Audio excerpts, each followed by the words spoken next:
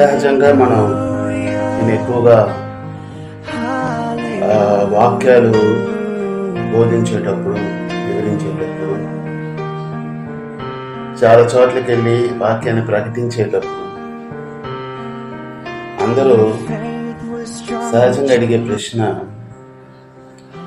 ఏమండి మా ప్రార్థనకి జవాబు రావట్లేదు, కారణం ఏంటి? ప్రార్థించినప్పుడు దేవుడు జవాబు ఇవ్వాలి కదా, మనకెందుకు జవాబు రావట్లా?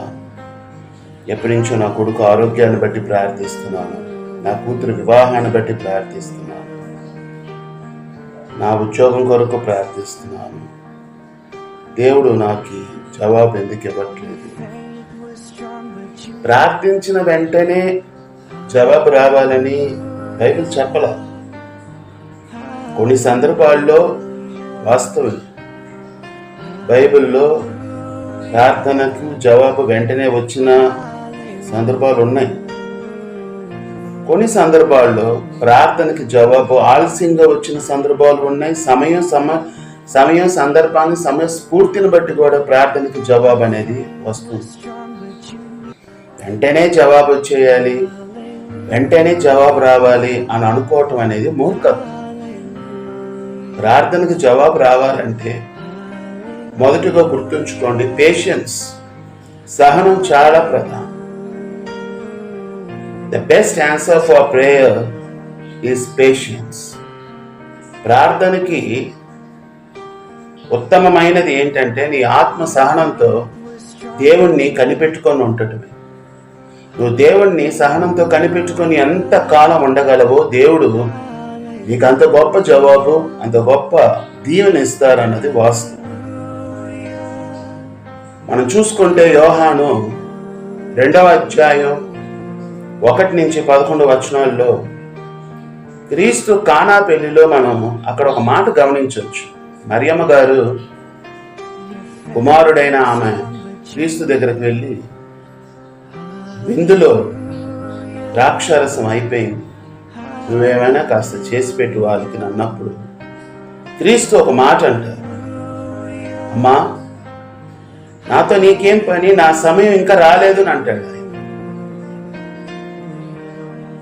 అంటే క్రీస్తు అంతటి వారే సమయం కోసం ఎదురు చూస్తున్నారు. క్రీస్తు అంతటి వారే సమయానికి కట్టుబడ్డారు. మనం ఎంత, మన బ్రతుకులు ఎంత? అంతటి వారే సమయం గురించి మాట్లాడుతున్నారు. అమ్మా నాకేం పని, నీకేం పని, వేచి ఉండాలి అన్న మాటలోని పరమార్థం మనకు అక్కడ, అంటే ప్రతిదానికి ఒక సమయం ఉందని ప్రసంగిలో మనకు చెప్పబడుతుంది. దేవుడు ప్రతిదానికి ఒక సమయాన్ని పెట్టాడు. ప్రార్థనకు వెంటనే జవాబు వచ్చేయాలని అనుకోవటం అత్యాశ. ఎప్పుడు ప్రార్థనకు వెంటనే జవాబు రాదు. ప్రార్థనకి సరైన ఒక జవాబు నువ్వు పొందుకోవాలంటే దానికి సమయం కోసం ఎదురు చూడాలి. అందుకు సహనం, ఓర్పు, patience is very important for your prayer. సహనంగా కనిపించుకొని ఉండాలి. యోహాన్లో ఆయన అంటున్నారు కదమ్మా, నాతో నీకేం పని, నా సమయం ఇంకా రాలేదంటున్నాడు. తండ్రి ఒక సమయాన్ని నిర్ణయించారు, ఒక నిర్దేశితమైన ఒక సమయాన్ని ఆయన ఏర్పరిచారు. నీవు పుట్టినప్పుడు ఒక సమయం, మరణించినప్పుడు ఒక సమయం, నువ్వు సాధించడానికి ఒక సమయం, ప్రతిదానికి ఒక సమయం ఉంది. నువ్వు అడిగిన వెంటనే జవాబు రాదు. నిజమే, విధవరాలి కుమారుడిని ఏలియా చనిపోయినప్పుడు ఆయన గదిలోకి తీసుకెళ్లి ప్రార్థన చేసే వెంటనే ఆ కుమారుడు లేపబడ్డాడు. దేవుని కృపలో దీవెనతో లేపబడ్డాడు. నేను కాదనట్లు. జవాబులు కొన్ని సందర్భాల్లో వెంటనే వస్తాయి, కానీ ఇక్కడ క్రీస్తు ఏమంటున్నారు, సమయం ఇంకా రాలేదమ్మా. ప్రార్థనకు జవాబు వెంటనే రావాలంటే ఓపిక ఉండాలి. ఫస్ట్ ప్రార్థన కావాల్సింది ఓర్పు, సహనం. Patience is very important for our prayer. అది గుర్తుపెట్టుకో. Patience is very very important. నన్నే తీసుకోండి, నేను 2005లో బాప్టిజం తీసుకున్నాను. క్రీస్తును నమ్ముకొని నేను బాప్టిజం తీసుకుంది 2006, 2005, 2007 అనుకో. నేను బాప్టిజం తీసుకున్నాక వెంటనే నేనే ఫాదర్ని అయిపోవాలి, నేనే వెంటనే ప్రీస్ట్ అయిపోవాలి. దేవుడు నన్ను అభిషేకించింది ఒక బోధకునిగా 2019లో. ఇంత గ్యాప్ ఎందుకు తీసుకున్నారు దేవుడు? ఆయన అనుకుంటే ఇక నువ్వు బాప్టిజం తీసుకున్నావుగా వెంటనే నేను ఇంకా బోధకుడిగా మారిపోను ఆశీర్వదించొచ్చుగా. లేదు, వాక్యం యొక్క స్పష్టత నేను తెలుసుకోవాలి, వాక్యంలో ఉన్న అందాన్ని అర్థం చేసుకోవాలి. మీ బోటాలందరికీ నేను బోధించాలి అని అంటే ముందు నన్ను నేను దేవునిలో సిద్ధపాటు చేసుకోవాలి. దానికి దేవుడు ఒక సమయాన్ని ఏర్పరిచారు. ఎంత గ్యాప్ వచ్చింది? 2007 ఎక్కడ, 2019 ఎక్కడ? ఇంత లాంగ్ గ్యాప్ తీసుకున్నాడు. ప్రతిదానికి ఒక సమయం ఉంటుంది. మోషే పుట్టిన వెంటనే ఆయన నాయకత్వాన్ని ఇవ్వలేదు. ఎప్పుడు ఇచ్చాడు ఆయన నాయకత్వాన్ని?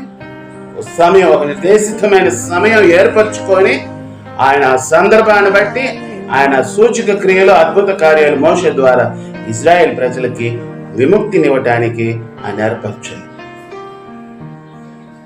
వెంటనే జవాబు వచ్చేయాలి, వెంటనే ఆన్సర్ వచ్చేయాలి అని అనుకోవటం ఆశ. గుర్తుపెట్టుకోండి, ప్రార్థన అనేది we're talking with the father. మన దేవునితో సంభాషిస్తున్నాం. మన మనసులో బాధని, మన మనసులో వేదనని ఆయనపై మనం భారం వేసి ఆయనకి సమర్పిస్తున్నాం. నా కాడి చాలా సులువుగా ఉంది, ఈ భారం నాపై పెట్టును అంటున్నాడు యేసుక్రీస్తు. నువ్వు పెట్టడం వరకే, ఎప్పుడు నీకు జవాబు ఇవ్వాలో ఆయనకు తెలుసు. క్రీస్తు వెంటనే అద్భుతాలు చేసిన సందర్భాలు లేకపోలేదుగా, ఉన్నాయి. మోగదయ్యం పట్టిన వానికి వెంటనే ఆయన స్వస్థత కలిగించాడు. కానీ అదే సమయంలో శిష్యులకు ఒక మాట అంటాడు ఆయన, ఎంతకాలం మిమ్మల్ని భరించాలి, ఎంతకాలం మిమ్మల్ని సహించాలి, మీలో విశ్వాసమే పుట్టదా అని అంటాడు. అంటే విశ్వాసం చాలా ప్రధానం. విశ్వాసం చాలా చాలా ప్రధానమై ఉంది. నువ్వు ఎంత విశ్వాసిగా ఉండి ప్రార్థిస్తావో నీకంత గొప్పనైన జవాబు దేవుడిచ్చును గాక. అంత గొప్పనైన జవాబు పొందుకోవాలంటే, ఆయన దీవెన నీకు కావాలంటే గుర్తుపెట్టుకో, పేషెన్స్ గా నువ్వు కనిపెట్టుకొని దేవుని కొరకు వేచి ఉండాలి.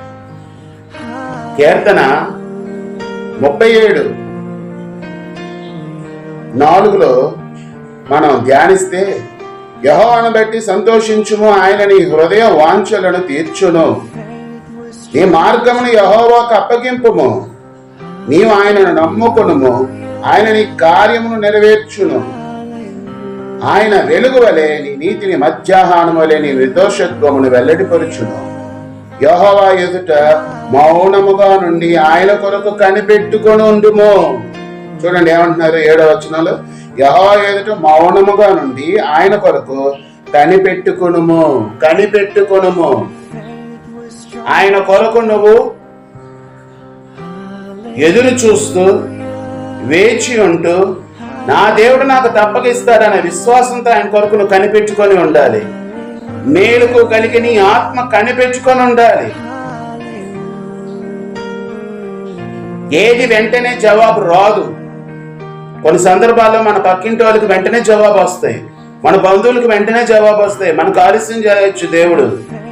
దానికి అర్థం దేవుడిని పట్టించుకోవట్లేదనో, నీ మీద ఆయనకు ప్రేమ లేదనో కాదు, నీ మీద ఎక్కువ శ్రద్ధ కలిగి ఉన్నారని గుర్తుపెట్టుకో. నీకు ఆయన జవాబు ఇస్తాడు, వాళ్ళకన్నా నీకు ఎక్కువ ఇస్తాడు. వాళ్ళు పొందుకున్న దానికన్నా నీకు ఎక్కువ ఇస్తారు. ఘనతని, మహిమని, ఆశీర్వాదాన్ని నీకు ఎక్కువ ఇస్తారు. ఆ రోజు నీ సంతోషానికి అవధులు ఉండవు.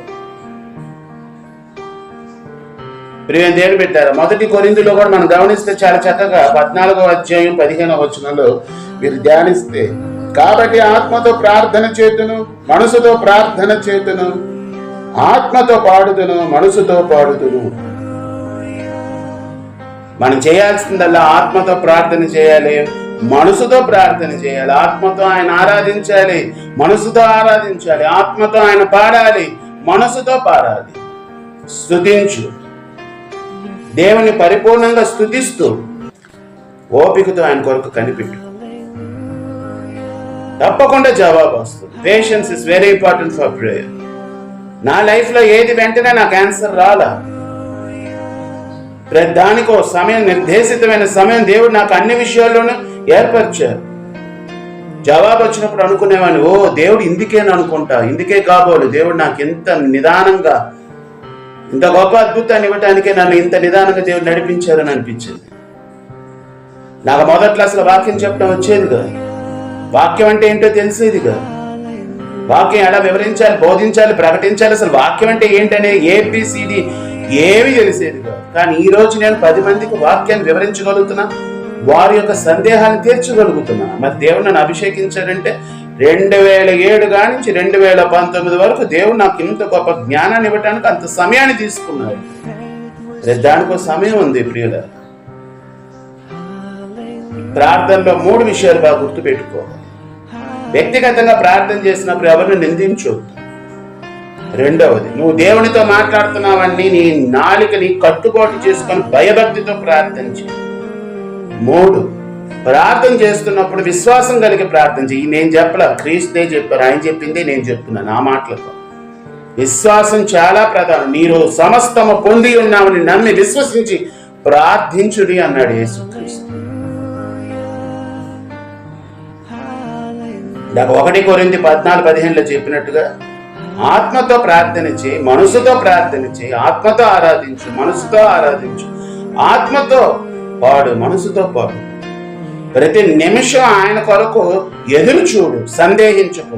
ఇంకోటి గుర్తుపెట్టుకో, ప్రార్థన అయిపోయిన వెంటనే ఇంకా ఆ విషయం గురించి పదే నువ్వు దేని గురించి చింతిస్తున్నావో దాని గురించి ఎక్కువ ఆలోచించుకో. ఆ ఆలోచన అవిశ్వాసాన్ని పుట్టించే ప్రమాదం.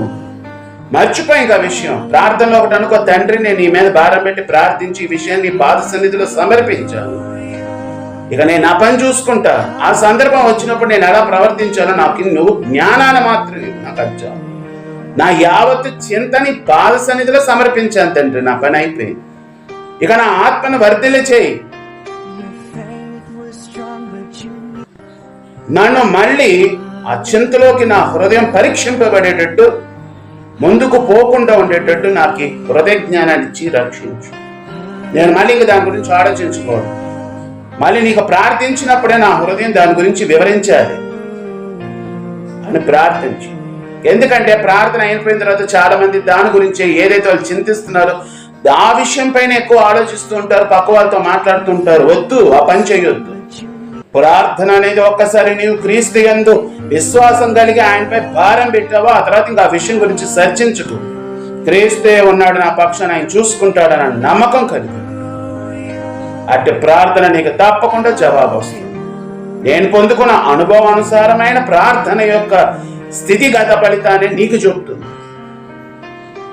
నేను ఎంతైతే ప్రార్థనలో రుచించానో దాంట్లో ఒక భాగాన్ని చెబుతుంది.